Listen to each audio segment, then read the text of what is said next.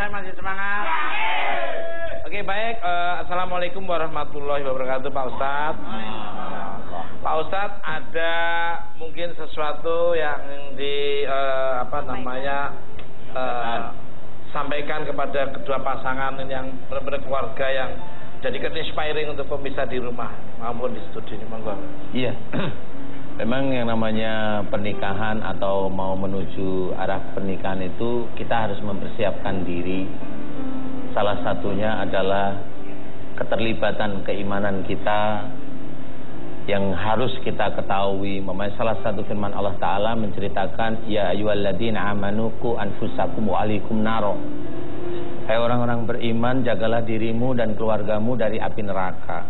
Nah, di sini dalam membina rumah tangga ini kita harus memahami bahwa sebelum kita membina rumah tangga, kita harus berjanji pada Allah Ta'ala.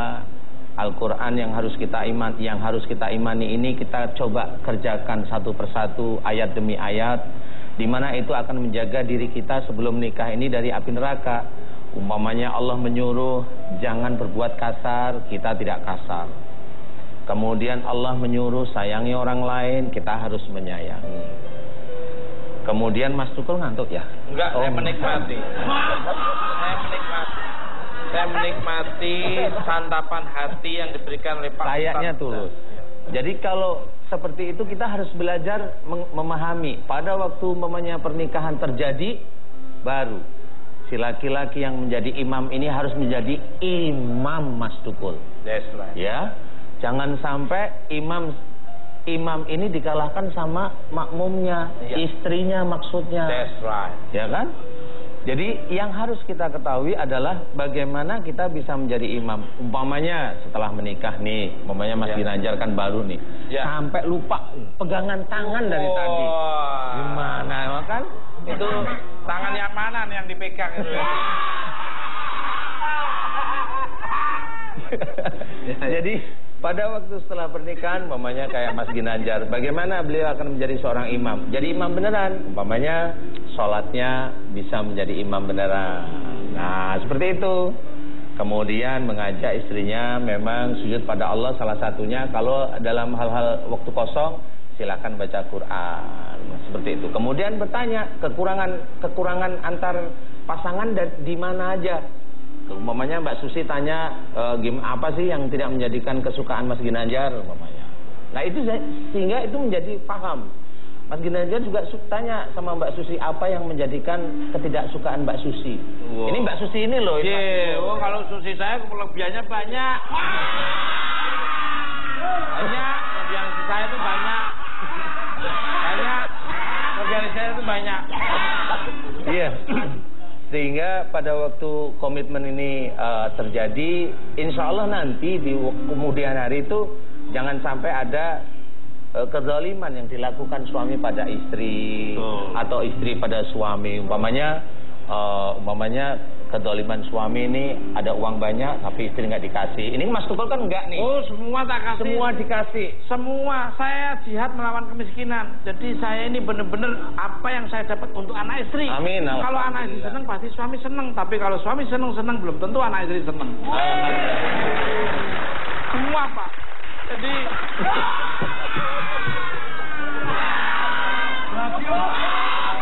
tapi kadang-kadang tuh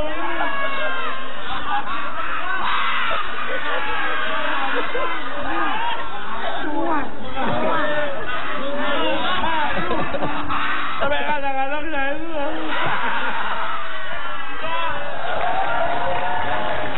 silakan Ola mungkin kasih pertanyaan untuk Pak Ustadz. Ola ya. Pak Ustadz, ini mau nanya Pak Ustadz ya. Iya Mbak Ola. Boleh dijelaskan nggak proses pernikahan yang benar secara Islam bagaimana? Bagaimana bila salah satu mempelai berada di negara lain atau tidak bisa dihadirkan?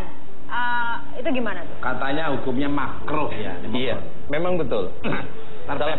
Salah satu hal yang harus kita ketahui adalah perkawinan yang benar itu yang jelas rukun-rukunnya kita harus tahu rukunnya ya. Seumpama salah satunya adalah ada mempelai laki dan perempuannya. Kemudian ada maharnya.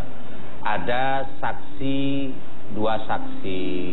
Kemudian ada wali jika mempelai wanita ini masih gadis istilahnya. Kemudian baru ada akad nikahnya. Kalau ini insya Allah terpenuhi, insya Allah sudah sah, insya Allah sudah baik. Selama akadnya itu jelas, insya Allah baik. Seperti itu. Nah, kalau seumpama ada pernikahan yang lakinya di sini, umpamanya kemudian wanitanya di negara mana. Memang ada cara-cara sekarang dengan pakai Skype umpamanya, kan seperti itu ya, satu lihat, semuanya bisa lihat. Ada mempelai laki-laki, perempuan, ada saksinya, kemudian yang lain ada. Memang itu bisa dihadirkan dalam salah satu itu. Tapi memang sebagian ulama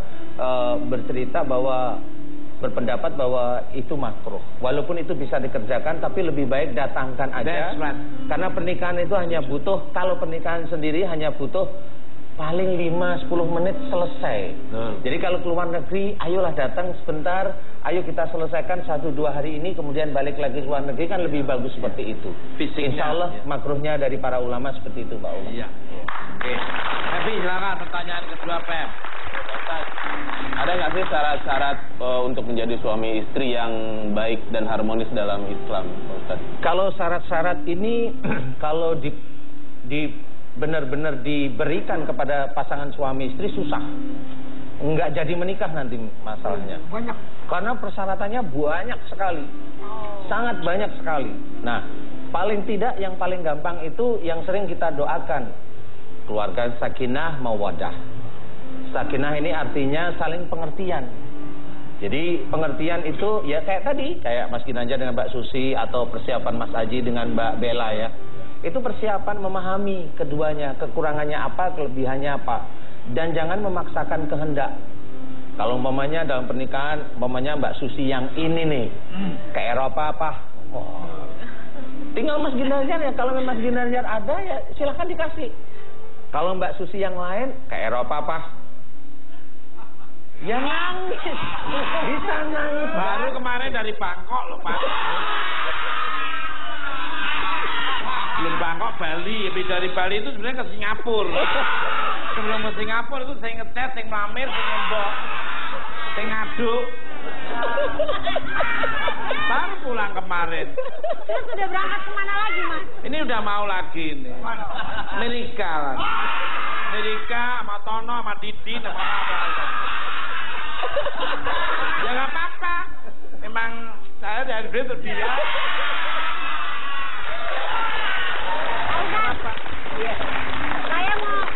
Saya pribadi nih mau tanya, nggak ada di sini nih Pak. Boleh, ya. Kalau suami istri tuh pada saat bulan Ramadan boleh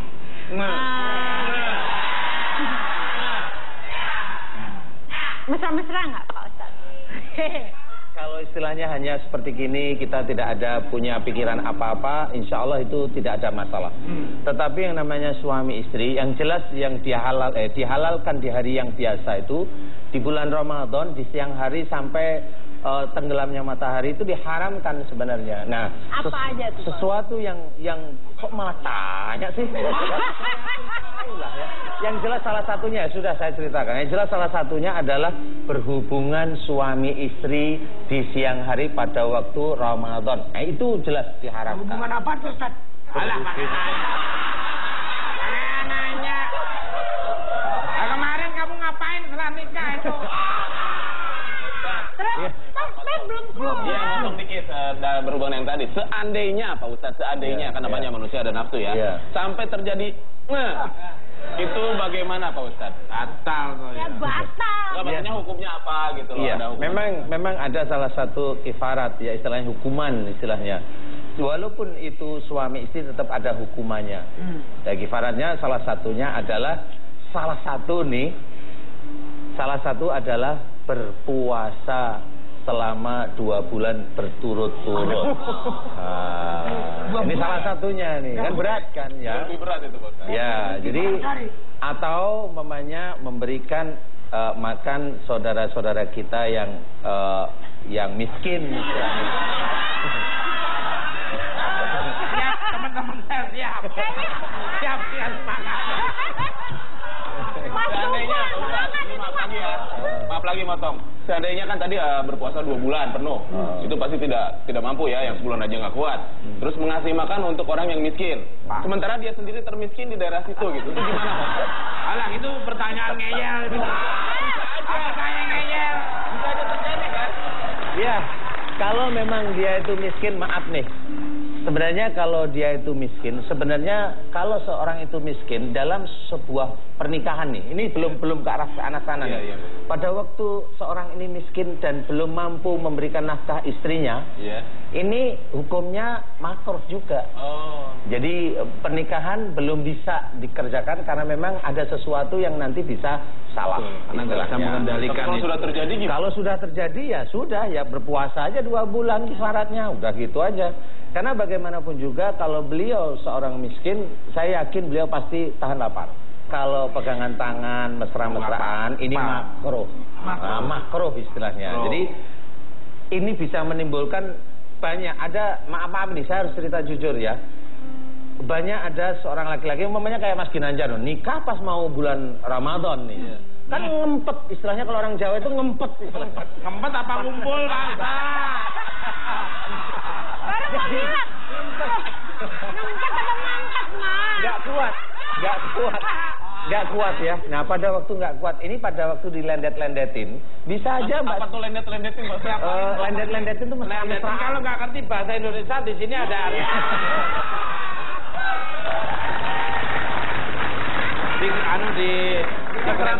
Dikelendotin. Nah, ada seorang laki-laki yang jika dia itu tersentuh sama wanita, maaf nih, sensitif banget. Ini sensitif sehingga keluarlah sperma. Saya jauh dari itu saya. Nah, ini benar-benar. Ini kan sehari-hari kita harus berpikir jadi. Pada waktu keluar inilah sehingga puasa itu batal. Waduh. Dan ini dilarang. Makanya itu dikatakan makruh, itu kalau bisa jangan dikerjakan. Jangan. Pak Ustadz, sekarang pertanyaan ketiga ini Pak Ustadz. Nah, Pak Ustadz, apa benar pada saat di bulan Ramadan seorang pria dilarang untuk menceraikan istrinya? Sebenarnya bagaimana hukumnya nih, monggo? Iya, memang itu diharamkan menceraikan istrinya di bulan Ramadan, di mana di sini itu bulan penuh ampunan, kok kita itu malah berbuat zalim pada istri. Nah, itu memang dilarang, haram hukumnya. Enggak usah di bulan Ramadan. Pada waktu kita itu mau menceraikan istri pada waktu haid itu tidak boleh, Mas Tukul. Jadi mau menceraikan tanya, kamu haid enggak? Gitu. Nanti jangan sampai istri lihat sendiri, jangan sampai lihat itu. Nah, kalau lihat sendiri malah tidak cerai lagi. Lah ya itu maksudnya kan gitu. Itu harus bertanya dulu. Kemudian pada waktu istri suci nih, istri dalam kondisi suci, selesai haid, suci, kemudian dikumpuli pada waktu suci ini, pada waktu dikumpuli berapa hari ini masih suci, belum haid lagi, si suami menceraikan, diharamkan juga. Nah, kalau perlu cerai-ceraian. Nggak usah lah Mas Tukul. Iya, nggak usah. Sama Mbak Susi nggak usah. Oh jangan sampai. Udah bilang nambah Mas Tukul. Tuh, kok malah ngajarin nambah Pak Ustadz? Oh, mau. Jadi begitu ya Pak Ustadz ya. Jadi tidak boleh ya. Oke, silakan. Mungkin ada bintang tamu yang mau nanya, tapi yang singkat padat aja. Dari Mas Aji, Mbak Bella, singkat. Silakan. Ya karena udah pada nikah kan memang udah seperti itu. Mungkin kalau kita yang masih pacaran mungkin lebih ketat lagi kali Pak Ustadz ya. Wah iya, ya harus ya. Jadi benar-benar harus dijaga. Ini lagi anget-angetnya Pak Ustadz. Nggak usah ketemu. Kalau Mbak Bella ini anget bener, Mas Aji panas. Panas. Ustadz paham ya Pak Ustadz ya. Pengalaman. Kan saya sudah sering mendengar nama Mas Aji Pangestu. Kan seperti itu. Jadi kalau Mbak Bella Aji Pandablekan. Oke, baik pemirsa, mudah-mudahan bisa diambil sisi-sisi positif di segmen ini yang sangat luar biasa yang ditunggu-tunggu. Salam hormat, bukan Mas.